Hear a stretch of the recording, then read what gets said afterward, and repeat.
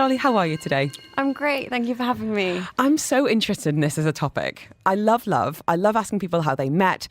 I don't think I'm speaking out of turn when I say every single relationship counsellor that's sat in that seat is absolutely overwhelmed right now. Like, good luck getting an appointment in the city. So I think it's a really timely piece of research. But I wondered, what were your reasons for looking at this area in particular? Yeah, exactly. Everybody loves talking about love and relationships, and they hold such an important space in all of our lives. And what I was noticing with a lot of people is we were all experiencing similar stories. So whether that was within our romantic relationships, maybe marriage, maybe it was when we were dating, or even some friendship issues that we've been having here in Dubai. And I wanted to just see if I could get any data that would support what I had heard and what many others have also experienced. Yeah, it's quite interesting because when you start tuning into this, everyone's unfaithful, or, the apps are terrible. We start getting this kind of confirmation bias, and we start listening more to other stories that say that. So it's interesting you kind of zooming out and then looking at the data. So how many people did you speak to, and what were some of the questions that you were asking them? Yeah, so my sample size was around 300 anonymous participants, and they were either single, or they were married or partnered, or they classified themselves as casually dating. And what I was asking within that is what was their attachment style, which most people didn't know. So there was a series of questions that helped me formulate that answer. And when we knew their attachment, we then looked at how long they had been single, or how long they had been partnered or married. We looked at the length they had been an expat, which was a significant contributor in the data that came out, and how long you'd kind of been here in Dubai. I'm worried. And also I looked and explored the correlation of length since we had last visited our home origin country. Ooh, I want to delve into that a little bit more, and the significance of that. Now, this seems to be an area that's been quite under-researched, which surprises when you think about just how many people define themselves as expatriates. Why do you think that might be, Charlie? Yeah, so I think it's definitely been a growing number where expatriatism has grown in more recent years. Most of the literature at the moment is more on migration of maybe extreme locations, maybe refugees, and associated with the trauma that undergoes. But there hasn't been much research around expats. We're going to be talking relationship. You're going to come back to what you mentioned there about attachment styles. But when we look at, I don't know, expatriate life attracting a certain type of person, certain personality traits, have you able to get anything from the data that you did, or have you made any observations with clients? Yeah, so I think we can't classify anyone under a particular label, but what did seem to come up in the data is that around about 65% of the participants were actually of more of an insecure attachment compared to a secure attachment. So that suggests that when we hold an insecure attachment, some of us might have heard words like avoidance, or dismissive avoidant, or preoccupied, or fearful avoidant. So most of the sample of the expat was deeming that way. But do we know if they were that before they arrived in Dubai, or whether that has been created? But the key point for me is we often label, or I hear clients label people as a particular attachment.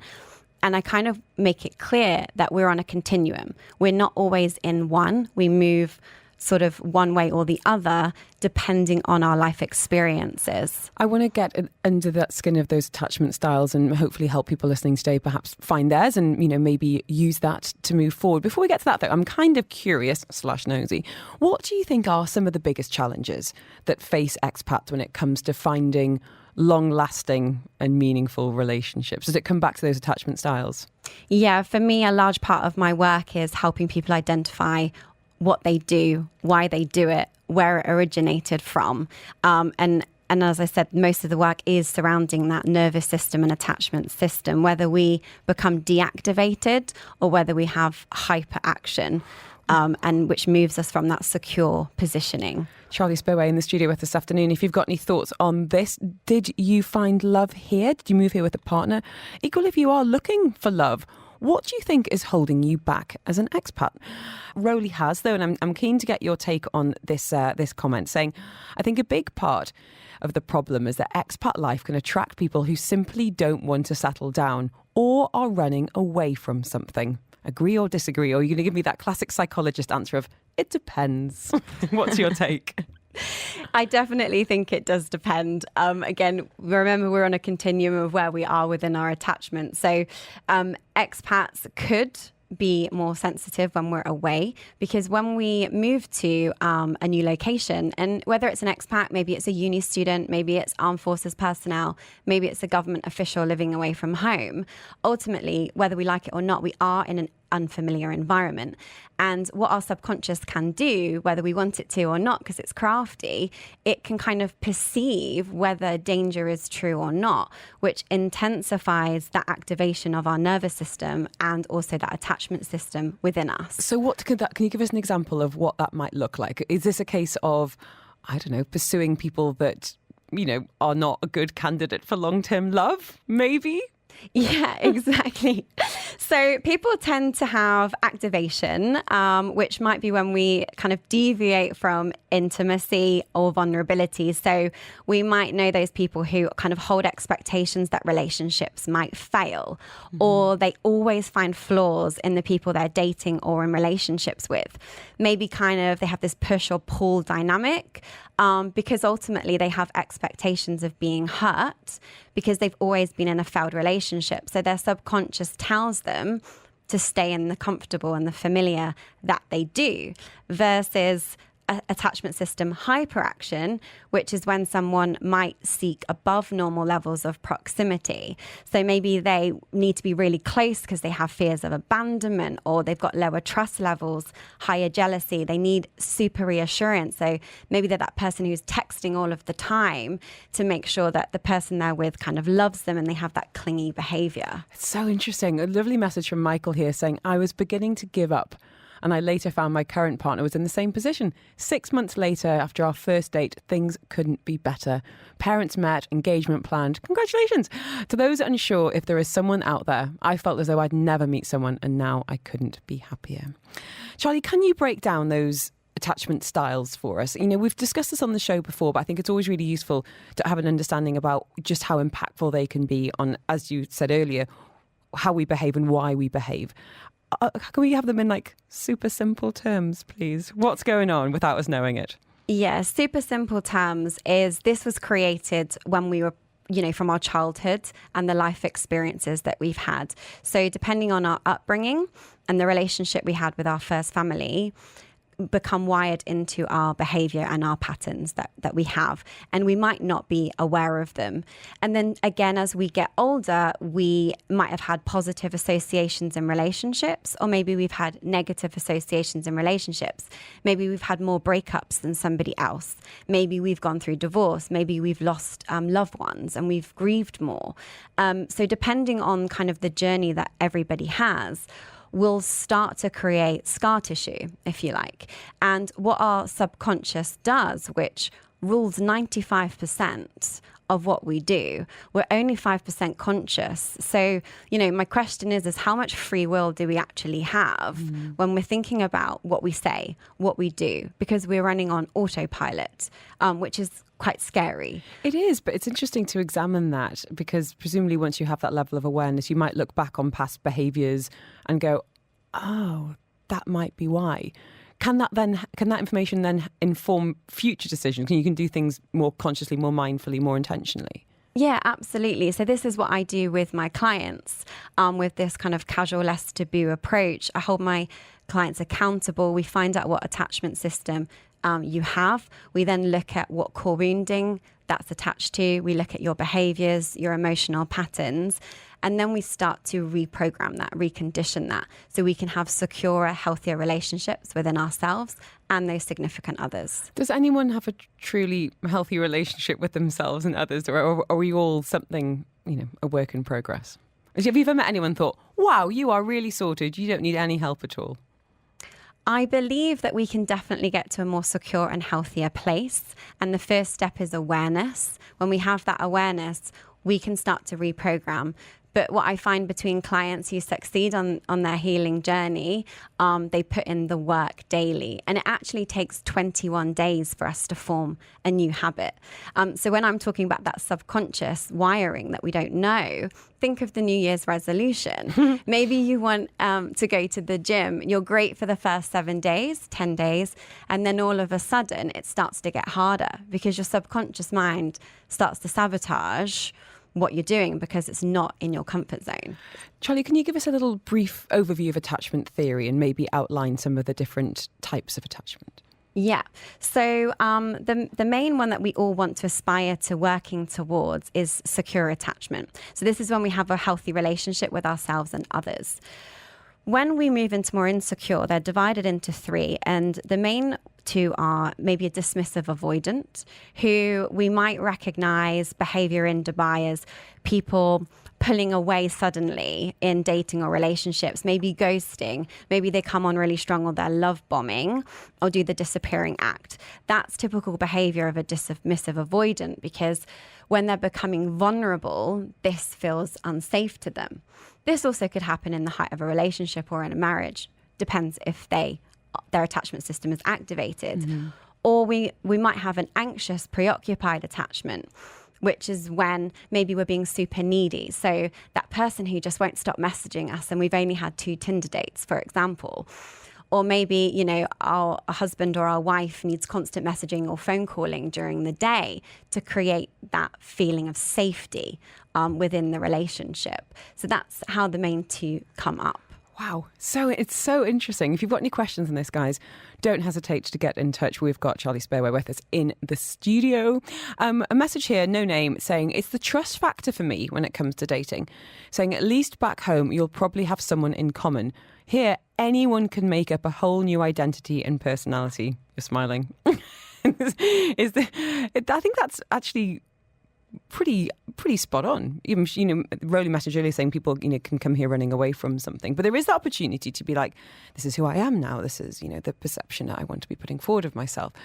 And when you are dating, maybe it's in your home country, and lots of people talking about meeting their partners through, mutual family member or, living in the same town. There is this path of truth of, oh, yeah, well, I know her, I was with her sister's mate and, we went to school, they were 3 years apart. And you would have that context around each other. You'd have a bit of background. Whereas here, you're like, one mutual friend who's a real estate agent on Facebook. How can people, I guess, get a sense of building trust where you don't have context, you haven't got much knowledge around someone? Any advice there, Charlie? Yeah, so one of the main things that came out of this research was the closer we've been back to our home origin. So maybe if we'd been back a week or 2 weeks versus 6 months or a year, we became more secure in our attachment, which helps with our authenticity and maybe that secure attachment that we might hold surrounding those trusted loved ones. Whereas when we're obviously here in Dubai, 92% of the population are non-Emirati. So we bring lots of cultural differences, we bring lots of expectations. And ultimately, when we are being an expat, we do become more avoidant in our attachment system because we try to reduce that neediness. We try to have that tougher, more confident exterior, and we suppress maybe the true parts of ourselves, which might link to that idea of creating that new identity, which affects that trust. But ultimately, all of those areas are trying to regulate yourself for hyper-independence so you can be secure, successful, and prosperous in this new unfamiliar environment. Say those 3 words again. Secure, successful, and prosperous. Sounds pretty good. Because we are talking about expatriate relationships, I'm curious, how did you meet that partner? How did you meet your other half? You can be silly, you can be serious, you can go into loads of detail, you can tell me just the bare facts. But I am very nosy as a person, and we are talking about love. I met mine on a blind date. Yeah, that's right. It was nerve-wracking. Absolutely terrifying. So what about you? Rowan saying, met my husband at work 2007, but so did 4 other couples in my office. All of us were and are still great friends. Ara saying, I met my wife, Ansi, in a Dubai club. Saw her across the room when she was out with friends. I asked her for a dance. And there was an instant connection. As they say, the rest is history. We've been married 20 years. And no name on this one. It's a modern love story. Met the love of my life on Instagram. Weird enough, a random account messaged me to talk to her. I'd never met both these people, but I was curious and messaged her. It's been 5 years since we married. To this day, we've got no idea who the mystery account was. And I told my wife, she was a bit freaked. I don't know if anyone knows this, but in my other life, I perform wedding blessings. So I love love. I love weddings. And I'm loving your messages coming in about how you met your significant other. I don't like saying other half, your partner, your spouse. Andy's saying, met my wife from a local in the old Bur Dubai many years ago. Which local? I need a name. Juan, good old Tinder, swiping right. No name on this message. I met him in high school. He was a friend of a friend. Hated him, in capitals. 13 years later, we were engaged. Moti saying, my sister was best friends with my now husband's sister for a decade, but I never met him. Always had a weird feeling he was going to be someone important in my life from only hearing about him. Long story short, met him once and he called me to ask me out. The rest is history. There's no name on this message. In the last year of university in Canada, my roommate's cousin came for a visit from Serbia. We hit it off for the month she was here, despite my roommate's objection. I went to Serbia that summer. I graduated 3 weeks and married her. It was our 20-year anniversary this August on the 13th. Congratulations. And message here saying, I'm Colombian. In 1999, I was doing a consulting job in Pittsfield, Maine, in the middle of nowhere, USA. I went to see the movie Notting Hill by myself. And though I loved the movie, I was a bit sad I had no one to share it with. Fast forward to June 28th, 2001.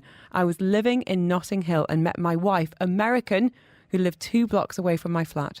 We got married in 2002, 2 daughters, and lived in 3 different countries since then. When saying we met at a salsa dance class 25 years ago at Cactus Cantina restaurant. Anyone remember that, Gem? Yeah, I had a few good nights at Cactus Cantina. He was the dance teacher. I was a student, best friends for 25 years, married for 16, and we still enjoy dancing together. So met my wife in a Facebook group, somehow got married for 10 years and counting. And Ajay saying, my aunt in the US was searching the matrimonial website and sent across details of a guy in Abu Dhabi. When we contacted them, we were in the same building, different floors. Oh my goodness, it's meant to be. We are talking about expatriate love on the show today. Charlie Spurway is a British psychologist. She's been talking about some of the challenging emotions that can arise during divorce, breakups, relationships, singlehood, and has recently conducted some academic research into investigating the influence of being an expat on romantic attachment to see if some of the rumours, some of the stories that we hear around this city around dating, infidelity, relationships are actually true. So, Charlie, out of that research, what was your big kind of most shocking takeaway from the data? So the biggest one that I think we all kind of know the truth and we've all heard the stories, which did prove to be true, was the longer we were a single expatriate here in Dubai, the more avoidant we become. So what does that Can you give us an example of what that might look like? So that means we are trying to protect ourselves of commitment and intimacy because ultimately most of us are heartbroken or afraid of those previous failed relationships or hurt or possibly trauma, if appropriate, in our pasts.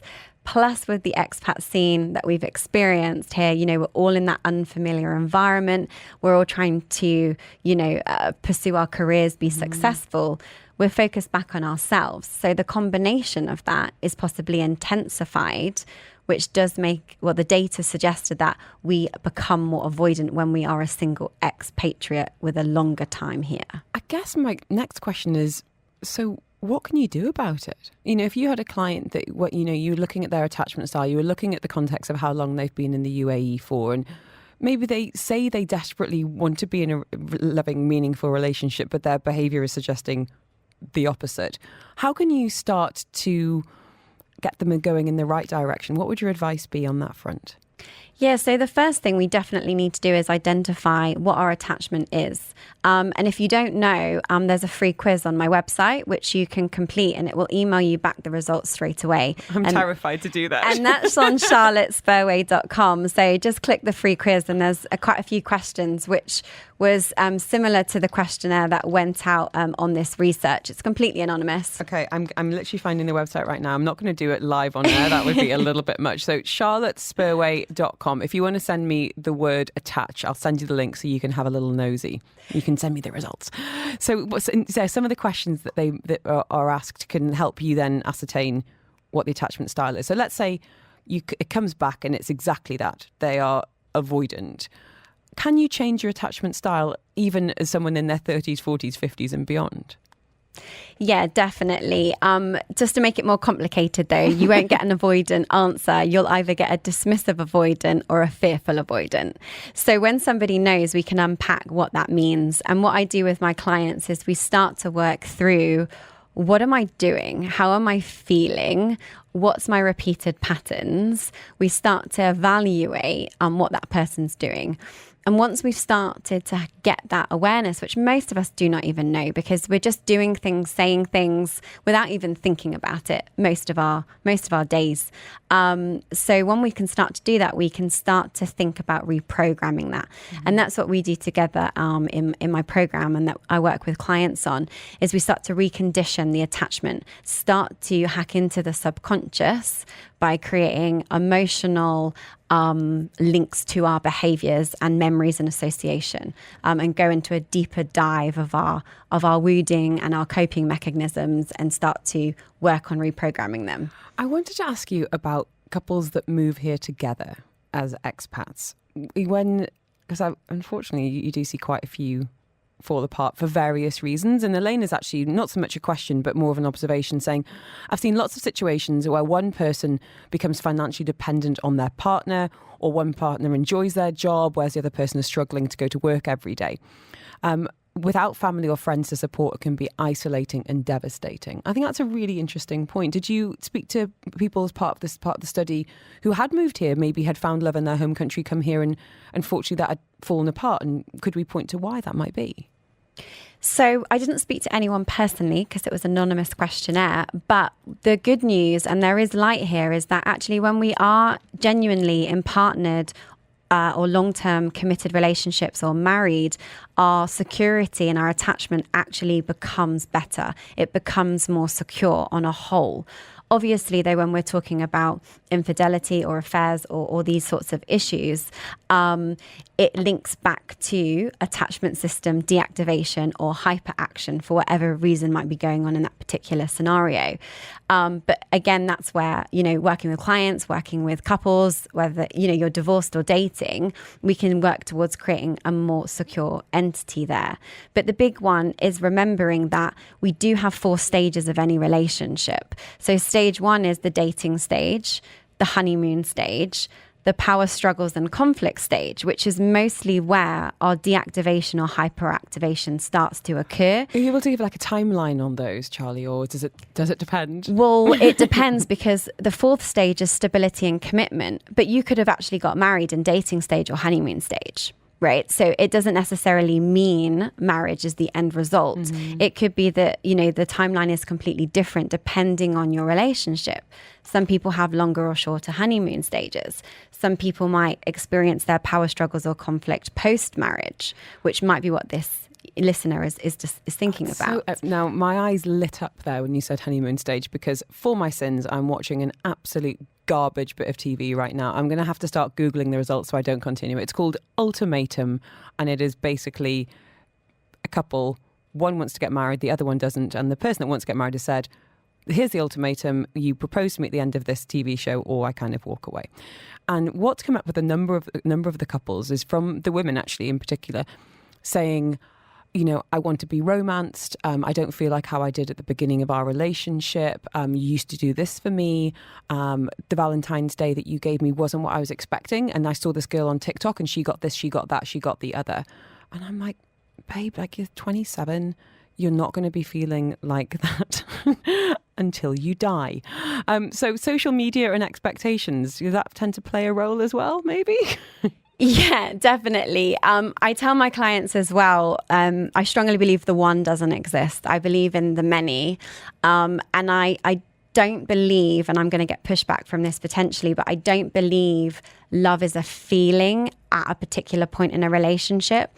I believe love becomes a daily choice. I believe it's an active choice whether we choose to stay committed and in love with the partner that we're currently in a relationship with. Couldn't agree more. And when I'm talking about the deactivation or hyperaction that we don't necessarily know that's going on if we haven't done therapy work before, this is when these conflicts start to occur. And maybe there aren't any flaws. Maybe we are being too needy, or we have unrealistic expectations, as that listener was just saying. And possibly it's not actually the person we're with. Maybe it's our own baggage and our own activation of our nervous system or our attachment system that we need to look at and do the work around that to create that secure, healthy relationship within ourselves so we can prosper with others. I find that. Thank you for saying that, by the way. I don't know. Let us know on 4001. Do you believe in soulmates? For what it's worth, my husband's not listening. I agree. I've got no doubt that there are maybe 100 people that I could be happier or as happy than I am with my husband, who I am, for the record, very, very happy with. But it is a choice. It's where you are in life when you meet. It's where are they when you meet? Are you at different life stages? Maybe it's, right person, wrong time in your life stage. But your point is really accurate, because we see these Hollywood films and we see people walking down the aisle and that's like the happy ending. And like, what happens after that? It is a choice. We've talked about the Gottman Institute on this show before, about making that decision, hopefully as often as you can, to turn towards someone. If they're coming to you at the end of the day, to be turning to them and giving them your attention, and that to be a choice. But it's hard work. It's not like I'm going to meet someone, we're going to fall in love and that's my problem's over. It's just often a completely different set of problems, and people don't really talk about that. So when you are going through tough times, you think, well, look at them on their holiday. They look like a really happy family on the beach, or look at them in this house or driving this car or at brunch or, whatever. And I'm feeling like this, that classic, I'm comparing my insides to other people's outsides. When you come to working with people, what do you find most rewarding, Charlie, when it comes to, I guess, not going to say problems you look to solve, but I guess your areas of interest and the people that you're attracting to your practice because of that? For me, the most success is when you see a person light up, like they've hit that mark, they've done the work, and they're starting to realize that there is light at the end of the tunnel. They're becoming, healthier within themselves, their coping mechanisms, they're able to communicate more effectively, they're, upholding their boundaries, they know what they need. Like, they know how they need support, they know their love languages, they're able to communicate that effectively with their partner. Can you come back and talk about love languages, please? Absolutely. I'm obsessed. We've run out of time, but thank you so much for coming in. I think it's been really interesting to hopefully allow people to reflect, no matter what stage they are, whether they are single and loving it, looking for love, or indeed in a relationship. Now, you mentioned your website. I'm going to give another shout out. It's charlottespurway.com. As we said, there is that free attachment quiz. I'm frankly terrified to do it, but I'll try. Is that the best way of getting in touch with you, Charlie, for any advice, coaching, therapy and more? Yeah, so if you're interested in becoming a client and working together to become more secure, you can book a free discovery call via the link on my website, and I'll be in touch over the next couple of days. Thank you so much. It's been an absolute pleasure. Really, really interesting. And yeah, let's talk love languages next. Thank you for having me. I hope it helped. It really did. Thank you so much. Bye-bye.